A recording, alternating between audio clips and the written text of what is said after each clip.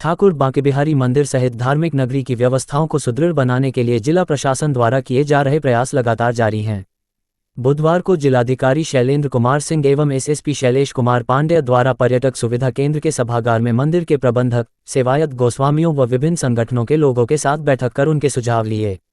बैठक में उपस्थित मंदिर के प्रबंधक, सेवायत गोस्वामियों एवं तीर्थ पुरोहित आदि ने विभिन्न सुझाव रखे।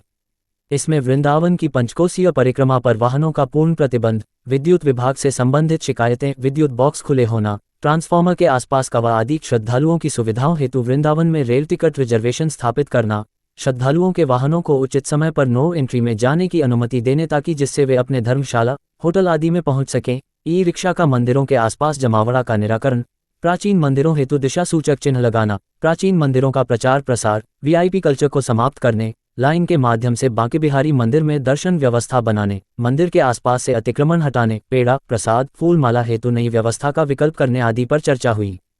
जिलाधिकारी ने मंदिर प्रबंधक मुनीश शर्मा से आगामी दिनों में एक और बैठक आयोजित कर उसमें अन्य सेवायत व गोस्वामियों को भी आमंत्रित किए जाने के लिए कहा। उन्होंने कहा कि हमें ऐसी व्यवस्था बनानी है जिससे वृंदावन आने वाले श्रद्धालु हमें आशीर्वाद देकर जाए। लाइट, स्ट्रीट लाइट, पेयजल, शौचालय, साइनेज, सड़क, जूता चप्पल घर आदि की उत्कृष्ट व्यवस्था सुनिश्चित की जाए। जिलाधिकारी ने मंदिर प्रबंधक, सेवायत गोस्वामियों से कहा कि हम सभी लोग एक सकारात्मक सोच के साथ आगे बढ़ें और समन्वय के साथ व्यवस्थाओं को दुरुस्त करें।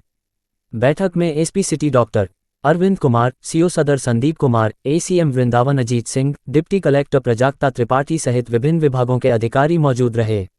हमने और वरिष्ठ पुलिस अधीक्षक महोदय ने और हमारी टीम ने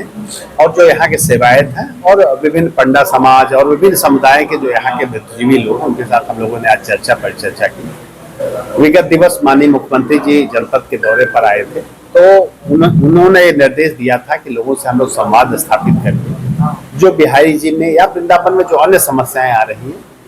जन सहयोग से उसका निदान करने की हम सब लोग कोशिश करें,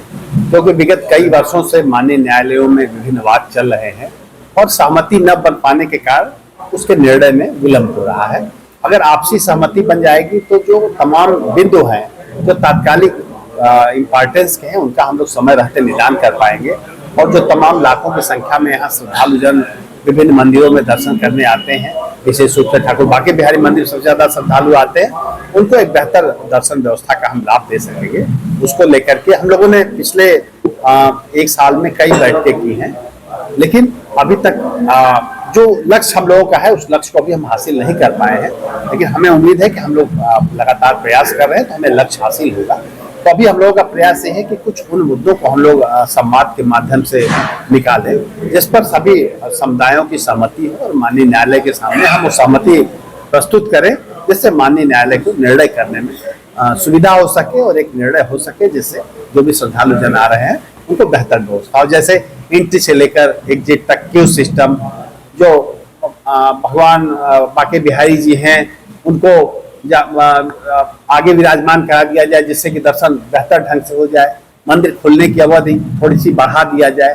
खासकर पर्व और त्योहार और विशेष अवसरों पर बाहर लाइव स्ट्रीमिंग हो जिससे जो लोग क्यू में लगे हैं उनको एक बेहतर एहसास हो। जो प्रसाद आदि का अंदर